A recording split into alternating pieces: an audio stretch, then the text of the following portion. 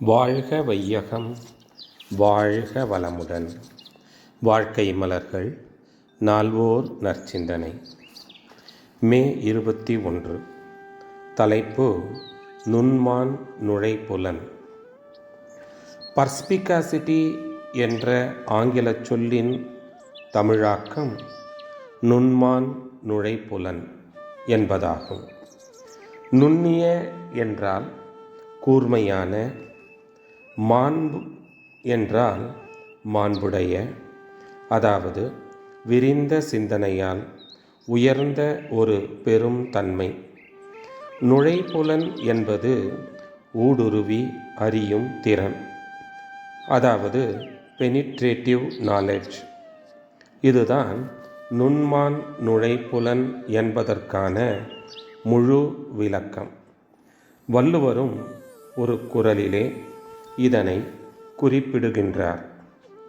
நுண்மான் நுழைப்புலம் இல்லான் எழில்நலம், மண்மான் புனைப்பாரையற்று.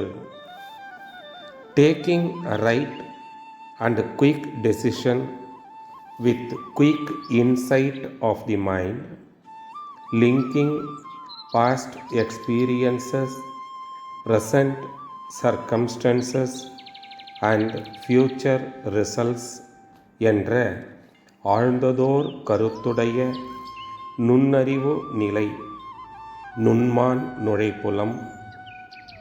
முக்காலத்தையும் இணைத்து பழைய கால அனுபவத்தையும் தற்கால சூழ்நிலைகளையும் எதிர்கால விளைவுகளையும் ஒருங்கிணைத்து நோக்கி ஒவ்வொரு செயலையும் இப்படி செய்யலாம் என்று சரியாகவும் விரைவாகவும் தேர்ந்தெடுக்கக்கூடிய ஒரு அறிவு இருக்கிறதே, அதைத்தான் நுண்மான் நுழைப்புலன், பர்ஸ்பிகாசிட்டி என்று சொல்வார்கள்.